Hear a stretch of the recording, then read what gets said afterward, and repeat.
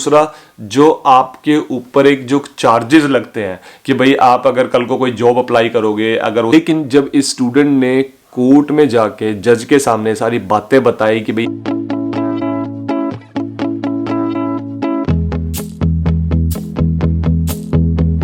जैसे कि मैंने आप लोगों को पहले बताया था, एक स्टूडेंट के साथ यहाँ पे घटना हुई थी कि भाई लड़की को छेड़छाड़ दिया था, ऐसा कुछ लड़की ने उसके ऊपर स्टूडेंट के ऊपर इल्ज़ाम लगाया था और स्टूडेंट को अरेस्ट कर लिया था। ठीक है, उसके बाद उसको छोड़ दिया गया था पुलिस से क्योंकि उसके बाद कोर्ट की डेट मिली थी। अब उसमें क्या हुआ है फर्दर, आगे क्या हुआ है, उसके बारे में आज मैं इस वीडियो में बताने वाला हूँ आप लोगों को। और हाँ, आप लोगों को मैं अवेयर करना चाहता हूँ कि मेक श्योर इस तरह की कोई भी गलती आप मत करना यूके में रहते हुए। जो भी स्टूडेंट्स यूके में रह रहे हैं उनके लिए बहुत बहुत इंपॉर्टेंट है, और जो भी यहाँ पढ़ने आने की सोच रहे हैं स्टूडेंट, क्या कोई भी अगर वो यहाँ पे है या पढ़ने आने की सोच रहा है या रह रहा है, तो इस बात का खास कर ध्यान रखना। ठीक है, तो जैसे कि अगर आप लोगों ने मेरी पिछली वीडियो देखी हो जो इससे रिलेटेड थी, ऊपर आई बटन में आ रही होगी, उसको जाके देख लेना, तो आपको स्टोरी थोड़ी सी और ज़्यादा क्लियर होगी और ज़्यादा समझ में आ जाएगी भाई एग्जैक्टली मैं क्या बात कर रहा हूँ इस वीडियो के अंदर। ठीक है, मैं थोड़ा सार में बता सकता हूँ, अगर आप लोगों ने वो वीडियो नहीं देखी है तो मैं बता दूं जल्दी से क्या हुआ था कि भाई एक स्टूडेंट था, ठीक है, इंडियन स्टूडेंट, वो यहाँ पे था, उसके ऊपर एक लड़की ने, अंडर एज लड़की थी स्कूल गोइंग, उसने बोल दिया कि भाई पुलिस में कंप्लेंट कर दी कि भाई इसने मुझे छेड़ा है रोड पे चलते हुए और इसने मेरा टेलीफोन नंबर मांगा है। यहाँ पे इस कंट्री में क्या है कि इस कंट्री में क्या, हर कंट्री में ये होता है कि अगर आप किसी की विश के बिना, मतलब किसी अगर कोई एग्री नहीं है और उसको आप छेड़ देते हो या उससे टेलीफोन नंबर मांग रहे हो और वो अंडर एज है, तो डेफिनेटली आपके ऊपर बहुत बड़ा, वो कहते नहीं है कि भाई मुसीबत आ सकती है। तो ऐसा कुछ उस लड़की ने बोला कि भाई इसने ऐसा किया है और इसलिए इसने पुलिस में कंप्लेंट कर दी। और ये स्टूडेंट इवन यहाँ पे था भी नहीं उस वक्त, ये स्टूडेंट था इंडिया में। ठीक है, जब ये आया एयरपोर्ट से, इसको सीधा सीधा पिक कर लिया, एयरपोर्ट से पिक करके इसको पुलिस ले गई और पुलिस ने इन्वेस्टिगेशन करी, पुलिस ने इसको छोड़ दिया था कि भाई ठीक है, तेरे को कोर्ट हियरिंग, कोर्ट डिसाइड करेगा कि भाई तूने क्या किया है कि नहीं किया, क्योंकि पुलिस ये डिसाइड कर ही नहीं पाई कि भाई उसने एग्जैक्टली कुछ किया है कि नहीं किया। रीजन क्या था, क्योंकि जहां पे वो लड़की कह रही थी कि भाई यहाँ पे साथ चल रहा था, वहां पे फॉर्चुनेटली वहां पे सीसीटीवी कैमरा लगे हुए थे और सीसीटीवी कैमरा में कोई भी ऐसी हरकत कैप्चर नहीं हुई।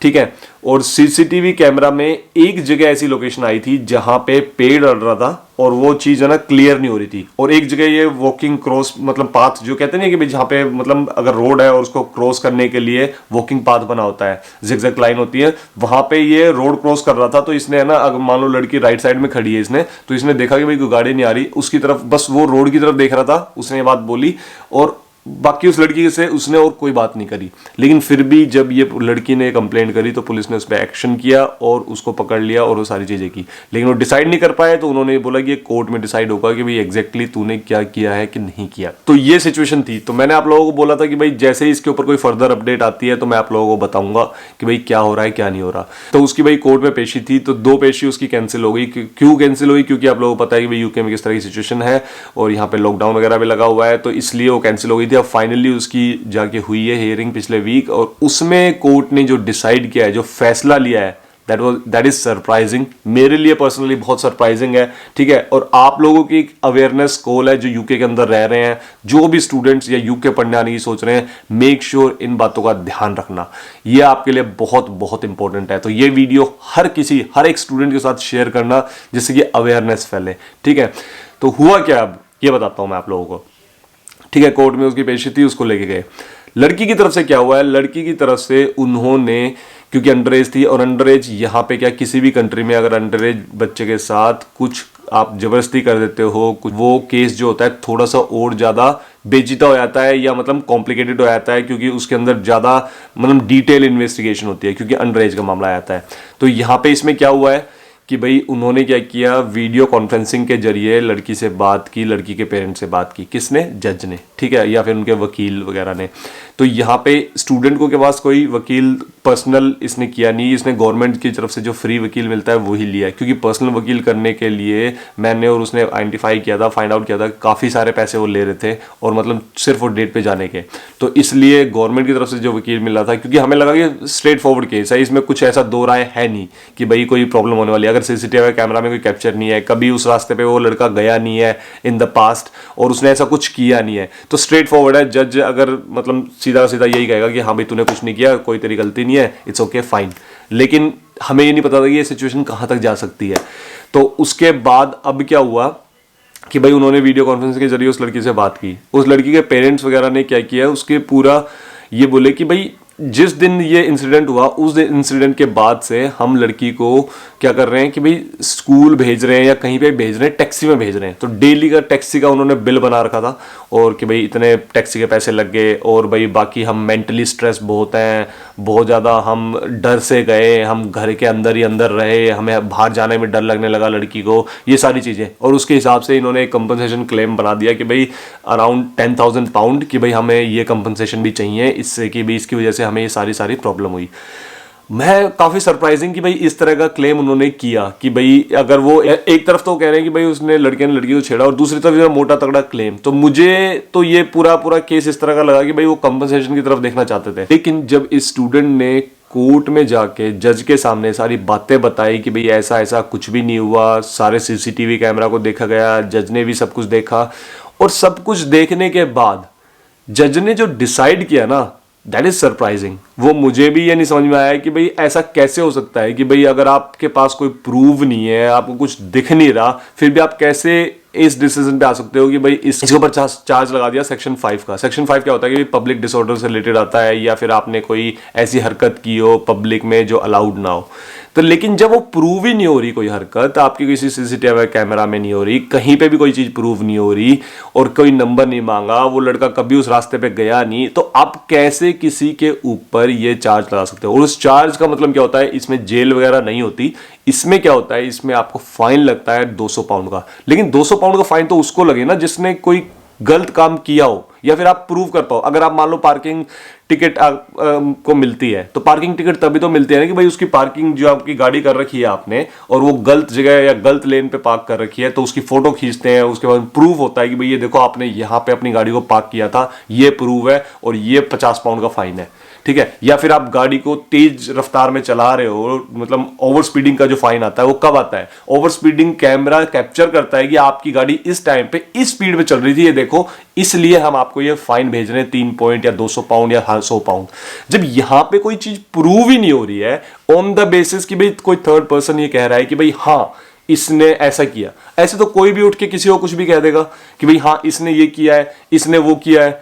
कैसे प्रूव करोगे भैया? और अगर ये प्रूव ही नहीं होगा तो ऐसे तो बहुत इजी हो जाएगा किसी के लिए भी कंपनसेशन क्लेम करना। अब उन्होंने क्या सोचा कि भाई इसको है ना ऐसे बोल दो और सीधा कंपनसेशन ले लेना, कंपनसेशन जाएगा मिल। तो ये तो बहुत ही, मुझे पर्सनली लगता है इस तरह का डिसीजन बिना किसी प्रूफ के, बस ये सोच के कि हाँ भाई उन्होंने बोला है, हो सकता है कि वो पेड़ के पीछे तूने ऐसा कुछ किया हो, तू उस रास्ते पे गया ही क्यों? अरे उसको अगर उस रास्ते से जाना था, आगे बस ली है उसने, बस लेके वो लंदन गया है, अपने काम करके आया है। ऐसा नहीं कि भाई वहां पे ही उस गली से वो सीधा सीधा वापस अपने घर चला गया हो और कुछ उसने काम ना किया हो, या उस आगे रास्ते पे कहीं वो गया ना हो, सिर्फ वो उस लड़की के पीछे पीछे घूमता रहो। तब समझ में आती है बात कि भाई चलो ठीक है, इस तरह का हो सकता है। अगर वो रास्ते में चल रहा है और वो लड़की जब उस रास्ते को छोड़ के राइट साइड में मुड़ जाती है, ठीक है, और वो उसके पीछे नहीं गया मुड़ के, और वो अपने रास्ते भी चलता जा रहा है, और आगे बस स्टॉप है, बस स्टॉप से बस लिए उसने आगे गया है, तो कहां से, किस एंगल से प्रूव हो रहा है? क्योंकि हर कैमरा तो यही बता रहे हैं कि वो अपने रास्ते पे चल रहा था। कंपनसेशन वाली बात पे क्या हुआ, अगर आप लोग उसमें जानने में इच्छुक होंगे, तो कंपनसेशन वाली बात पे कोर्ट ने भाई इससे पूछा, ये स्टूडेंट से, कि भाई हाँ तेरे पास अकाउंट में कितने पैसे हैं, मतलब क्या करता है जॉब? तो इसने बोला जॉब वॉब तो मेरे पास है नहीं, क्योंकि भाई करंट सिचुएशन के चक्कर में मेरी जॉब वॉब तो लूज हो गई, मैं कोई जॉब नहीं कर रहा हूँ, मैं तो खाली बैठा हूँ। तो उन्होंने कहा कि भाई तेरे अकाउंट में कितने पैसे हैं? तो उसने कहा 150-200 पाउंड के करीब है। तो उन्होंने 200 पाउंड का सीधा सीधा फाइन दे दिया। दैट इज रॉन्ग, ठीक है। उसके बाद उन्होंने बोला कि जो थर्ड पार्टी, जो दूसरी पार्टी थी, जो लड़की वाले, उनको बोला कि भाई इसके पास कंपनसेशन वगैरह कोई पैसे नहीं है, तो वो तो नहीं कर सकते। अगर तुम्हें जाना है तो फर्दर तुम हाई कोर्ट में जाके या ऊंची कोर्ट में जाके फिर से अपील कर सकते हो, या और फर्दर केस डाल सकते हो, लेकिन अभी इसके पास कोई ऐसा है नहीं। तो अब उन्होंने बोला कि ठीक है, हम देखते हैं, हम सोचते हैं इसके बारे में हम क्या करेंगे। तो उसके वकील ने ये चीज बोल के, ठीक है, वो वहां से लड़की वालों को डिस्कनेक्ट कर दिया। तो अब ये देखा जाए तो वो हो सकता है कि वो फर्दर आगे क्लेम कर दें, क्योंकि उनको ये लगता है ना कि भाई अगर इसके पास पैसे हैं या नहीं है, या मिल जाएंगे कि नहीं मिलेंगे। लेकिन एक ये बात अच्छी हुई कि इसने बोल दिया कि मेरा तो वीज़ा, मेरी पढ़ाई खत्म हो गई, मेरा वीज़ा तो खत्म होने वाला है और मैं जाने वाला हूँ 2 महीने में वापस अपनी कंट्री में। तो मुझे नहीं लगता कि वो फर्दर कंपनसेशन में क्लेम डालेंगे। उनका जो ये था क्लेम, वो अनसक्सेसफुल हो गया, फेल हो गया। लेकिन मेरी जो अपील है आप लोगों से, जो भी स्टूडेंट यहाँ पे देख रहे हैं, मेक श्योर अपने आप को सेफ रखें। मेक श्योर किसी भी ऐसे चक्कर में ना पड़े, किसी भी, अगर आप किसी लड़की को जानते नहीं हो या किसी भी इंसान को अगर आप जानते नहीं हो ना, तो उससे बाय हाय हेलो करने अगर आप कर रहे हो, ठीक है, एक मतलब इंडिया में भी होता है, किसी को जानते नहीं है हाय नमस्ते गुड मॉर्निंग कर देते हैं, लेकिन वही बात है कि कई बार ये गुड मॉर्निंग आपके लिए हावी पड़ जाती है, कई बार आपको कुछ नहीं पता कि भाई किस तरह से उसको वो यूज कर लें। स्पेशली लड़की के मामले में आप ये गुड मॉर्निंग वगैरह या किसी को हाय करना बाय करना आप रहने ही देना, अगर नहीं जानते तो इसका खास कर ध्यान रखना।